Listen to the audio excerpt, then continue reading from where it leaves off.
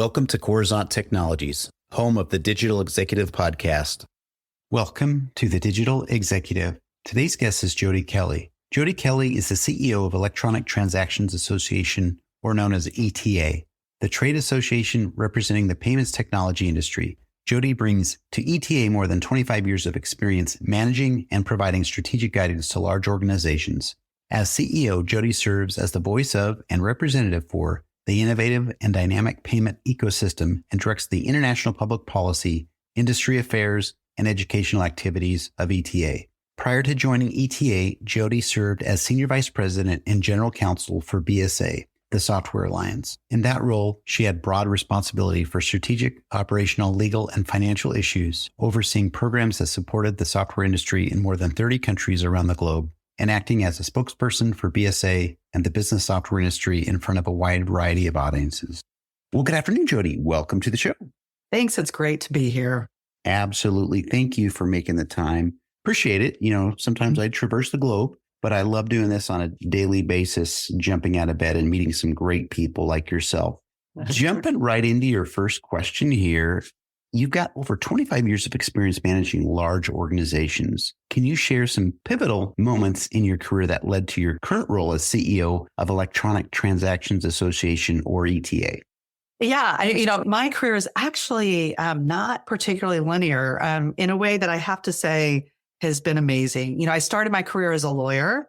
I'm a lawyer by training, and I practiced law for a number of years. And I had a mentor then who said to me, gave me the best advice I've ever gotten in terms of my career. And what he said was, do what you love, do what you think is fun, because if you are enjoying yourself, you're going to be good at it and you're going to be successful. And, it sounds like obvious advice. I will tell you, lawyers tend to be pretty focused people, but I really tried to keep that in mind. And so I started my career as a lawyer. I found that I really loved a few things about it. I loved the strategy. I loved being an advocate. And I love telling a story. And so as my career progressed, I looked for opportunities to lean into those things that I really loved. And I made my way in-house to a financial services organization and then into the trade association world where I represented software and found out I love technology. And then now representing the payments industry, which is just an absolute joy. I get to do all the things that I love to do. I get to be an advocate for the industry. I get to tell a story for the industry. We get to set strategy, and I get to manage a fantastic team, which I also found out I really liked. So it's been a bit of a windy career, but it has taken me exactly where I'm meant to be. That's awesome. And we always learn something from a mentor, somebody that guides us early in our career, helps us point that trajectory and move forward in a place that we actually excel at or find something that we love. So thank you for your story. And Jodie, as CEO of ETA, what are some of the most significant challenges and opportunities you see in the payments technology industry today?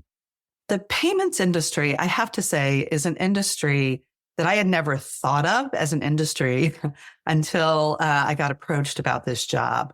Because payments is one of those things that we just do. We take it for granted a little bit. It's part of a different experience. Typically, we're either buying a pair of shoes and, that's how we make the purchase, or we're getting gas in the car, or we're calling a rideshare app and paying for it. But you don't really think about the payments experience. But payments is a fascinating industry. It's very technology based. It is evolving very quickly. It grows, of course, and helps grow the economy. And the innovation that's happening in the space is just insane. When you really think about the trajectory of the payments industry over the past 10, 20 years, it is as innovative and as exciting as any other industry.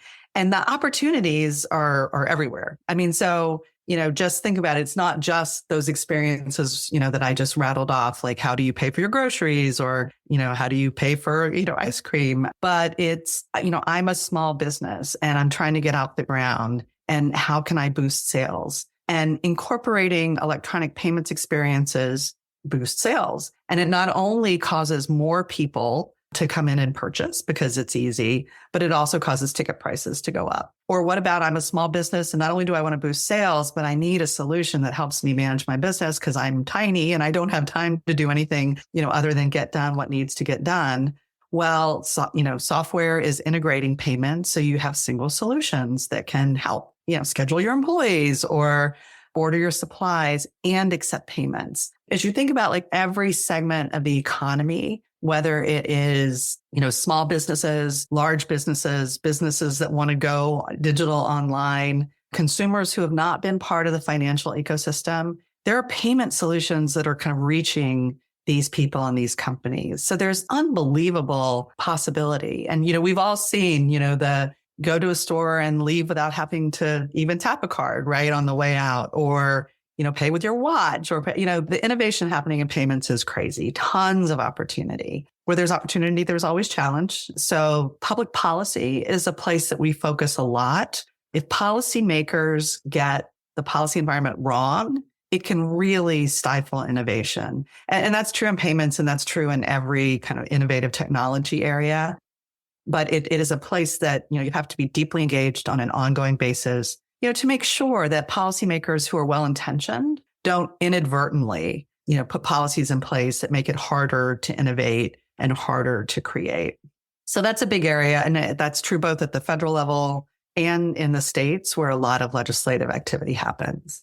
And of course, at the regulatory level as well.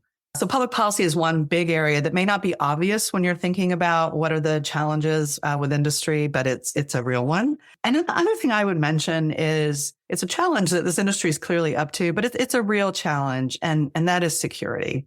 When you're talking about moving people's money, which you are in the payments context, there are always bad actors who want to inject themselves into that movement and commit fraud.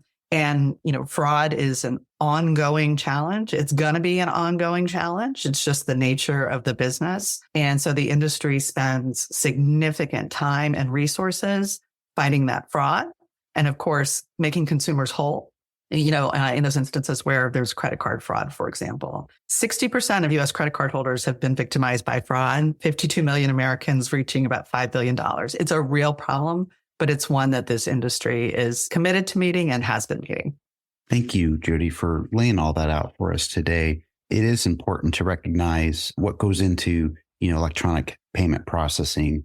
The innovation, obviously, this carries a big part of this. Now, the next thing we need to focus on is how do we reduce fees for a lot of small businesses. I hear that all the time. Small businesses, even on the podcast, transaction fees are what kill small businesses. But that seems to be always the last on the list of things to do, unfortunately. But I'm glad you're working on that. So appreciate that. And Jodie, the payments industry is rapidly evolving with digital transformation. How is ETA helping its members adapt to and capitalize on these technological advancements? Let me tell you a few things that we're doing. And I will say one of them is education. And we are educating, everyone in the ecosystem, including the public. And one of the things we educate about is the value of the ecosystem. It's fascinating to me, but you understand how it happens. When something works really well, you kind of take it for granted, right? You take for granted that you can walk into that small business that you were just talking about, and you don't have to have cash in your pocket. You can use your card, and frequently you can use your phone. You don't even have to remember to carry your card or pull it out. And consumers have confidence in that ecosystem, right? But you don't think about it. You tap your card or you tap your phone, and you know it's going to work. And importantly, as we just discussed, that it's secure, right? You don't worry about, like, as I do this, is somebody stealing, my credit card number? You don't know that it's because the answer is no, because it's tokenized. You don't know the technology that underlies it, but you have that confidence in it. And educating consumers, educating businesses, and importantly, educating policymakers, about that value. I mean, your point is right. There's a cost associated with accepting payments, but there's so much value that goes with it. And so just, putting out there like what that value looks like so that people understand, what it is they're getting. And one of the things they're getting, I should mention, is rewards, which are a personal favorite of mine. I love getting my rewards, and I just use them to take a trip. So I've been saving them forever, and I now have the opportunity to use them. So education is part of it. And we do that both, one-on-one with policymakers and others. And we have online courses because it's a complex ecosystem. And again, it's one that most people never think about and really never have to think about. But if you're part of it, we make sure that there's, clear education. We also provide advocacy. We talked about that, engaging with policymakers, compliance. This is a heavily regulated industry for a good reason. This is people's money. And so compliance is critical. And that's a service that we help our members with. And then we provide community, whether it's bringing people together to learn, bringing people together to do business. This is an ecosystem. And so we sit at the center of it. And so we serve a convening and a networking function. Thank you, Jodie. I appreciate that. Education and the communication part is so key to this. And you did, again, break this down a little bit further so our audience can better understand what goes into electronic payment processing and how people do get that education. So I appreciate that.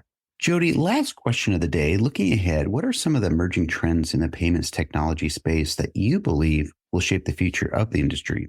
So what I would say is when you think about technology and how it's evolving more broadly, you're going to find an application in payments. So obviously everyone's talking about artificial intelligence right now. You can't have a conversation without talking about AI. But, as compute power grows, as the ability, to take that technology and kind of, embed it in business processes grows, you're certainly going to see that used in payments. I will say payments has been using machine learning for decades, particularly to fight fraud. Again, you're looking for patterns from huge quantities of data that a human eye couldn't discern. But AI is going to continue to play an increasing role in payments. And then other technologies like biometrics, for example, part of that security effort that we've been talking about is ensuring that when somebody goes to make a payment, whether it's with a card or direct from an account, that they are who they say they are. And there are lots of ways, that the industry is leveraging tech to do that. Biometrics is one that I just personally find particularly interesting, but it's a great example of the kind of technology that we're going to continue to see.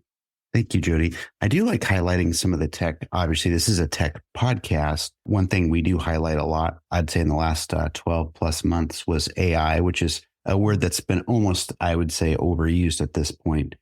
I love the fact that you did highlight biometrics because that is important and that just adds that extra layer of security, which we truly need in our society today with our financial transactions. No question at all. I mean, the technology that underlies this industry is so critical. We touch on things like tokenization and, just frequently tied to security, which is so critical. Absolutely. And I really do appreciate, again, breaking everything out for our audience today, Jodie. And Jodie, it was such a pleasure having you on today. And I look forward to speaking with you real soon. Yeah, it was terrific being here. Thank you for having me. Bye for now.